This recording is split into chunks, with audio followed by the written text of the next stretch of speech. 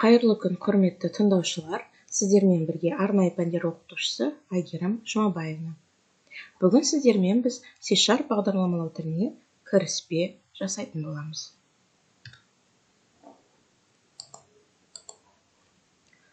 Жалпы C# бағдарламалау тілі Visual Studio бағдарламалау ортасында жүзеге асады. C# тілін екі платформада жұмыс істейді: консольдік және формалық. Консольдік платформаны Visual Studio бағдарламалау ортасында немесе онлайн сайт jodoodle.com сайтында бағдарламалау жүзеге асыруға болады. C# тілінің элементтері. Бірінші, C# тілінің әліпбиіне, яғни қандай символдарды қабылдайды, қандай әріптерді қабылдайды, қандай сандарды қабылдайтынына тоқталып өтейік. C# тілі бас және кіші латын әріптерін және астын сызу белгісін қабылдайды. Араб сандары 0-ден 9-ға дейін және арнайы белгілерді қабылдайды. C# тілінің идентификаторлар. Идентификаторда латын әріптері, сандар және астын сызу белгісі қолданылуы мүмкін.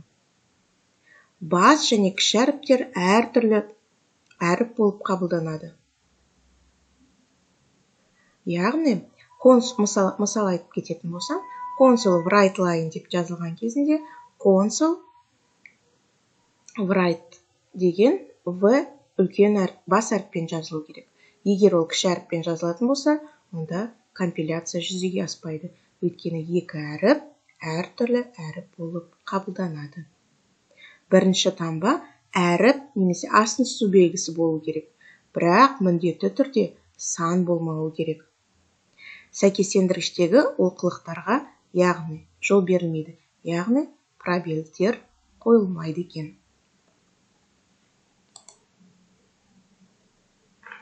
C# тілінің элементтері. C# тілінің элементтерін 4 топқа бөліп ажыратуға болады. Біріншісі, негізгі сөздер, яғни сақталған. Бұл компилятор үшін ерекше мағынасы бар сөздер. Оларды идентификатор ретінде пайдалануға болмайды. Олар true, false, айнымалы ретінде қолданылатын int, float, яғни келесі таңдау операторы ретінде қолданылатын switch және тағы басқаларды, бұларды идентификатор ретінде пайдалануға болмайды. Келесі операция белгілері. Бұл операндалардағы әрекетті анықтайтын бір немесе бірнеше таңбалар. Операциялар осы операцияға қатысатын операндтардың саны бойынша онарлы, екілік және тернарлы болып бөлінеді. Келесі тұрақтылар, өзгермейтін шамалар. Келесі бөлгіштер, яғни жақшалар, нүктелер, үтірлер, бұлар идентификатор ретінде пайдалануға болмайды. Яғни бұл ерекше жағдай ретінде қарастырамыз. C# тіліндегі тұрақтылар. Тұрақты бұл тіркелген сандық жол немесе таңба мәнінің кескінін білдіретін лексема. Тұрақтылар 5 топқа бөлінеді. Бұл жерде кілттік сөз const деп белгіленеді. 5 топқа бөлінетін, яғни бұл бірінші бүтін, нақты, тізімделген, таңбалық және параметрлі жолдық. Ал енді әр қайсысын жеке-жеке тоқталып өтейік. Бірінші бұл бүтін тұрақтылар 10-дық, 8-дік және 16-лық болуы мүмкін. Ал нақты тұрақтыларда көріністің екі формасы болады: бекітілген нүктемен және өзгермелі нүктемен.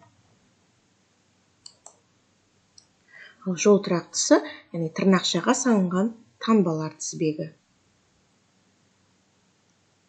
Төртіншісі ол тізімделген тұрақтылар, яғни enum кілт сөзімен енгізіледі. Бұл ерекше және қолдануға ыңғайлы таңбалармен сипатталатын тұрақты бүтін константалар. Келесі символдық тұрақтылар. Бұл апострофтарға салынған бір немесе екі таңба. C# тіліндегі деректер түрлері. C# тілінде деректер түрлері қарапайым және құрама деп бөлуге болады. Қарапайым түрлерге бір мәннен сипатталатын түрлер жатады. Яғни, олар int, char, string, bool, float, double. Ал екінші, ішкі көріністі және стандартты типтердің ауқымын нақтылайтын 4 типті спецификатор бар екен ол. Short, long, signet және unsignet.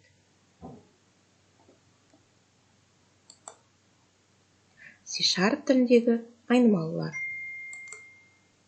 C# тіліндегі айнымалылар белгілі бір типтегі деректер сақталатын жадтың белгілі бір аймағы. Айнымалының аты, мәні болады.